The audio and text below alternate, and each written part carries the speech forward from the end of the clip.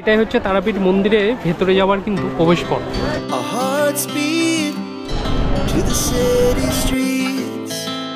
আর টোটোতে উঠে পড়েছি, এইবার মন্দিরে যাওয়ার পালা। 30 টাকা তো দাদা ভাড়া? 30 টাকায় কিন্তু ভাড়া, এখনো কিন্তু বাড়েনি। তা চলো এখান থেকে যাই আর এই আইসক্রিমটা এনজয় করতে থাকি।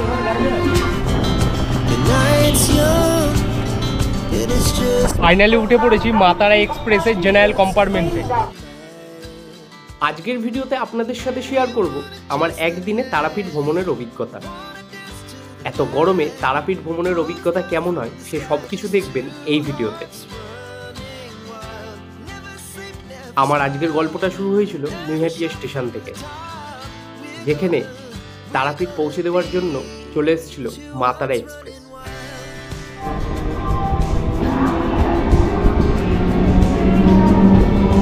গুড মর্নিং বন্ধুরা, স্বাগত জানাচ্ছি আরও একটা নতুন ভিডিওতে। আজকের ভিডিওতে আমি তোমাদের দেখাবো আমার তারাপীঠ ভ্রমণের অভিজ্ঞতা। মানে আমি আজকে তারাপীঠ যাব এবং আজকেই আমি ব্যাক করব। এই গরমে আর কোথাও প্ল্যান করতে পারছি না, তাই তোমাদের ঘুরিয়ে আনছি তারাপীঠ থেকে। আমার ট্রেন আছে নৈহাটি স্টেশন থেকে মা তারা এক্সপ্রেস, যেটা ছাড়ার কথা সকাল 8টা বেজে 5 মিনিটে। চ্যানেলে প্রথম হয়ে থাকলে অবশ্যই সাবস্ক্রাইব করে পাশে থাকা বেল আইকনটা প্রেস করে দিও।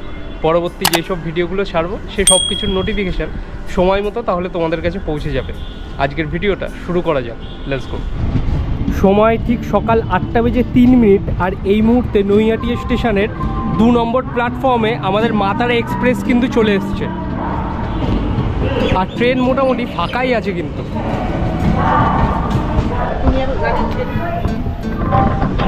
তো ফাইনালি উঠে পড়েছি মা তারা এক্সপ্রেসের জেনারেল কম্পার্টমেন্টে। ট্রেন মোটামুটি আজকে কিন্তু ফাঁকাই আছে। অন্য সময় যখন আমি যাই তখন এই মা তারা এক্সপ্রেস নৈহাটি স্টেশনে যখন আসে ভিড় কিন্তু বেশ থাকে, কিন্তু আজকে যেহেতু গরম, তারাপীঠ আর বোলপুর শান্তিনিকেতন খুব কম মানুষই হয়তো যাচ্ছে। এই ট্রেনের ভিড় তুলনামূলকভাবে অনেক কিন্তু কম আছে। আমি তোমাদের কম্পার্টমেন্টটা দেখিয়ে দিচ্ছি। এই হচ্ছে আজকে আমাদের জেনারেল কম্পার্টমেন্ট। দেখো মোটামুটি হালকাই আছে ভিড়।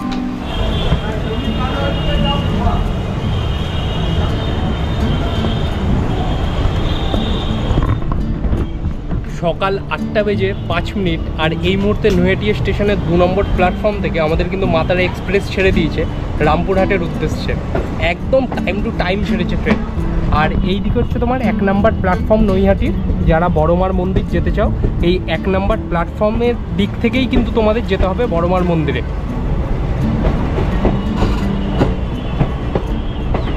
একটু পরেই জুবলি ব্রিজটা পড়বে, যেখান থেকে তোমার গঙ্গা মানে হুগলি নদী খুবই সুন্দর লাগে। আর তারপরেই তোমার হুগলি শহরটা এই ট্রেন থেকে পুরোপুরি দেখতে পাবে, বাড়িঘরগুলো দারুণ লাগে কিন্তু ওইটা।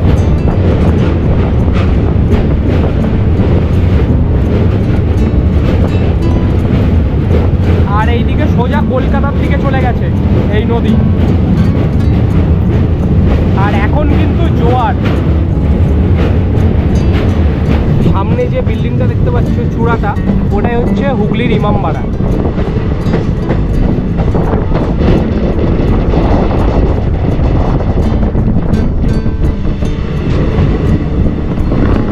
আর যারা হুগলি থেকে আমার ভিডিওটা দেখছো, এই যে ভিডিও ক্লিপের মধ্যে তোমাদের যদি বাড়ি আশেপাশে হয়ে থাকে অবশ্যই কিন্তু জানিও যে তোমাদের বাড়িটা এই ভিডিও ক্লিপের মধ্যে অ্যাড হয়েছে কিনা।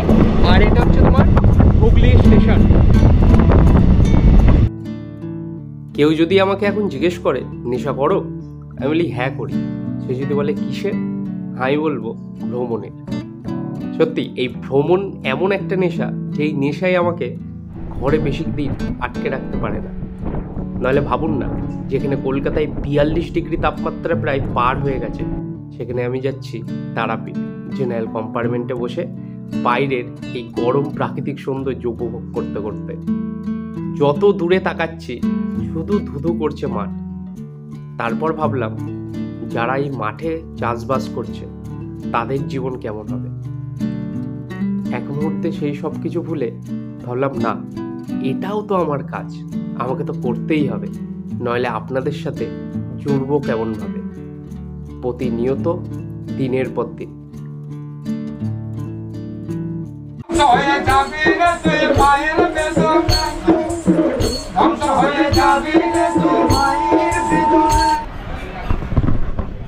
সময় 10টা বেজে 26 মিনিট, আর এই মুহূর্তে আমি পৌঁছে গেছি কবিগুরুর শহর বোলপুর শান্তিনিকেতনে। শান্তিনিকেতন পুরো পৃথিবীর কাছে কিন্তু এই নামটা একদম অজানা নয়, সকলের কাছে কিন্তু পরিচিত, কারণ এইখানে কবিগুরু তার শৈশবের খানিকটা সময় এই বোলপুরেই কিন্তু কাটিয়েছে।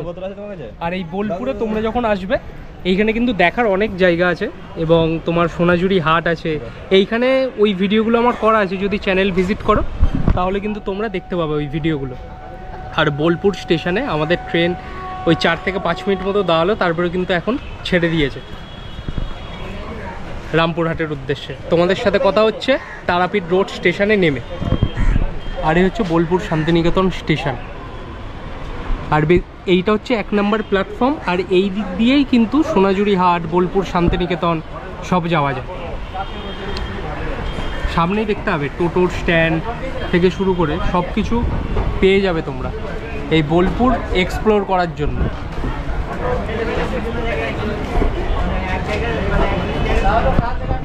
সো লেটস গো, চলো যাওয়া যাক। আর স্টেশনটা খুবই সুন্দর কিন্তু বোলপুর শান্তিনিকেতন স্টেশন।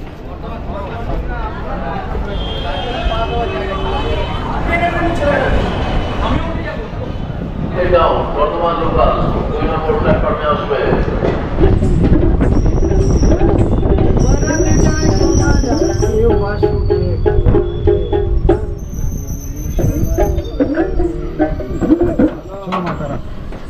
ও ফাইনালি পৌঁছে গেলাম তারাপীঠ রোড স্টেশনে।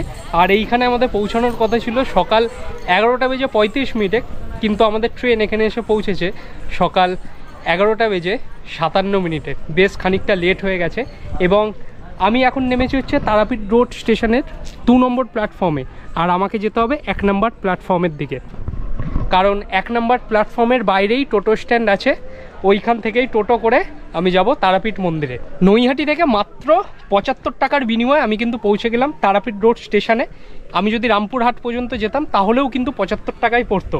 আর যদি আমি শিয়ালদা থেকে আসতাম তাহলে এই টিকিট মূল্যটা পড়তো 85 টাকা। রামপুরহাট থেকে তারাপীঠ মন্দির যেতে 30 টাকা লাগে। আর তারাপীঠ রোড স্টেশন থেকেও যেতে কিন্তু 30 টাকাই লাগে টোটোতে। তাই এইবার দেখার বিষয়, এত গরমে দর্শনার্থী তো খুবই কম তারাপীঠ মন্দির যাওয়ার জন্য। যে কজন ছিল সব বোলপুরেই নেমে গেছে বেশিরভাগ। তো এবার দেখি যে টোটো পাই কিনা মন্দির যাওয়ার জন্য। চলো যাওয়া যাক। তারাপীঠ রোড স্টেশনের এই হচ্ছে 1 নম্বর প্ল্যাটফর্ম থেকে বাইরে বেরোনোর রাস্তা। আর মোটামুটি বেশ মানুষজন দেখতে পাচ্ছি, সকলেই প্রায় এই স্টেশনে নেমে গেছে। এখান থেকে আমরা বাইরের দিকে যাব।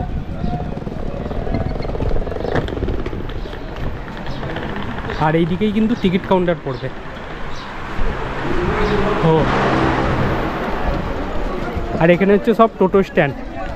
এখান থেকে তোমরা মন্দির কেন, এখানের আশেপাশে যত সাইট সিন আছে সব কিছু করতে পারবে। এটা হচ্ছে এখানে টোটো স্ট্যান্ড।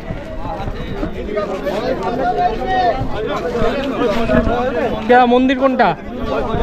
একজন কোনটা মন্দির কোনটা? না টোটোতে উঠে পড়েছি, এইবার মন্দিরে যাওয়ার পালা। 30 টাকা তো দাদা ভাড়া? 30 টাকায় কিন্তু ভাড়া, এখনো কিন্তু বাড়েনি। বাড়বে নাকি ফিউচারে? বাড়তেও পারে ফিউচারে। মানুষজন যা ভেবেছিলাম যে মানুষজন খুব এমন আসবে না এই তারাপীঠ রোড থেকে তারাপীঠ মন্দিরের দিকে, তবে প্রচুর মানুষজন কিন্তু এইখানে নেমে গেছে। আর এইখানের জাস্ট অ্যাটমসফিয়ারটা দেখো, কত ভিড় এইখানে।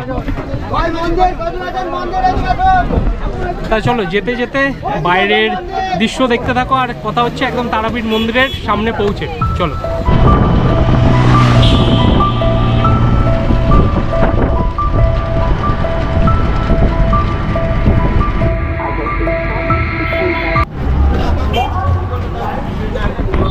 পৌঁছে গেছি তারাপীঠ মন্দির সংলগ্ন এলাকার মধ্যে। আর এইখান থেকেই কিন্তু সব দোকানপাট শুরু। এই গলিতে খাবার দাবারের দেখো কত দোকানপাট।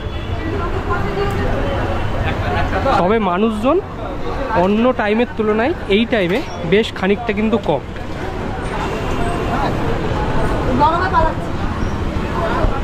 অনেক মানুষ কম কিন্তু। আর রামপুরহাট থেকে এইখানে আসতে 9.5 কিলোমিটার মতো মানে ডিস্টেন্স কভার করতে হয়। আর তারাপীঠ রোড থেকে কিন্তু সেই তুলনায় কম ডিস্টেন্স কভার করতে হয়। মানে তারাপীঠ রোডে তোমরা যদি নামো তাহলে কিন্তু এই মন্দিরে রামপুরহাট থেকে নেমে যত সময় লাগবে তার থেকে কম সময়ে কিন্তু তোমরা পৌঁছে যাবে।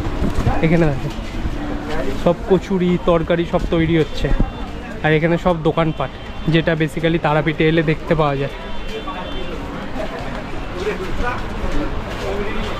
দেখো আর এইখানে সব তোমার প্যারা বিক্রি হয়। প্যারা কি সব একই রেট?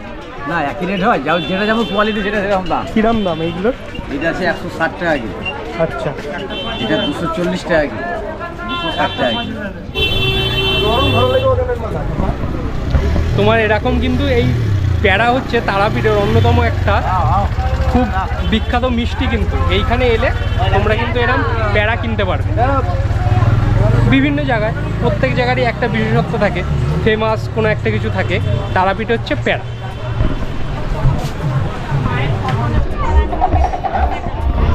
এইবার আমি তোমাদের দেখাবো তারাপীঠের অন্যতম সেরা আকর্ষণ, তারাপীঠ মহাশ্মশান। এই হচ্ছে তারাপীঠ মহাশ্মশান।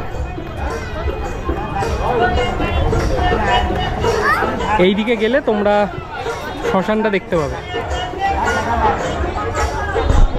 আর এইখানে এলে না একটা তোমরা পিসফুল একটা ফিল করতে পারবে, এইখানে একটা শান্তি এরকম দেখো।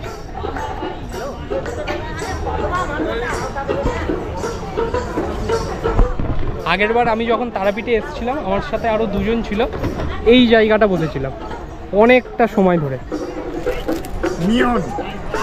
এই জায়গাটা ছিলাম অনেকটা টাইম ধরে। আর দেখো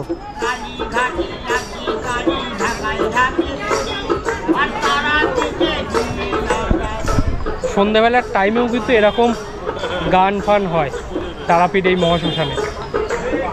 তা চলো এবার এখান থেকে যাই আর মন্দিরটা তোমাদের দেখায়, তারাপীঠ মন্দিরটা। মন্দির যাওয়ার আগে এরকম কিন্তু জবার মালা থেকে শুরু করে পুজো দেওয়ার সামগ্রী সব কিছু কিন্তু এখানে অ্যাভেলেবেল।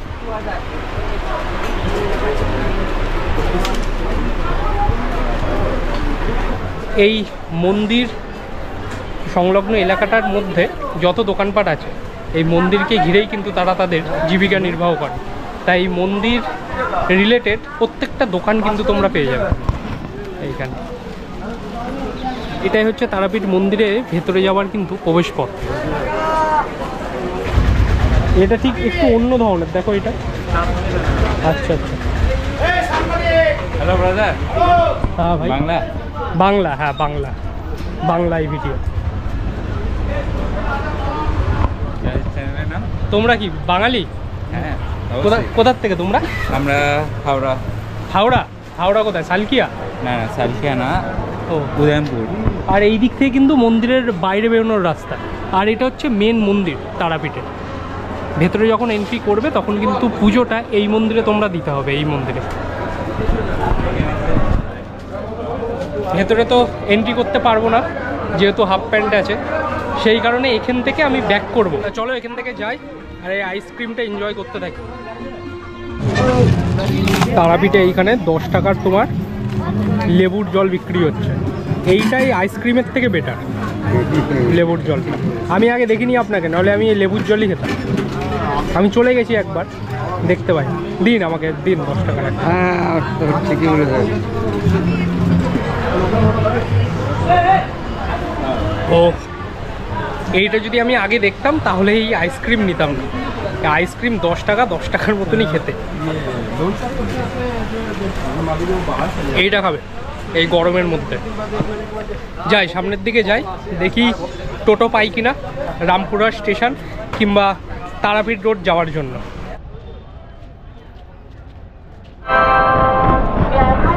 তো এই মুহূর্তে আমি পৌঁছে গেছি রামপুরহাট স্টেশনে। আর এই ছিল আজকের আমার ভিডিও, যে গরমকালে তারাপীঠ ভ্রমণের অভিজ্ঞতা তোমাদের সাথে শেয়ার করলাম। তারাপীঠে কিন্তু এই গরমেও কিন্তু ভক্তগণের কিন্তু মোটামুটি ভালোই ভিড় আছে, আগের মতো নেই। যদি আজকের ভিডিওটা তোমাদের ভালো লেগে থাকে তাহলে অবশ্যই চ্যানেলটার পাশে থেকো, লাইক শেয়ার অ্যান্ড সাবস্ক্রাইব করে। দেখা হচ্ছে খুব তাড়াতাড়ি নতুন কোনো জায়গা, নতুন কোনো ভিডিওর সাথে। টেক কেয়ার অ্যান্ড আজকের জন্য টাটা ফ্রম রামপুরহাট স্টেশন।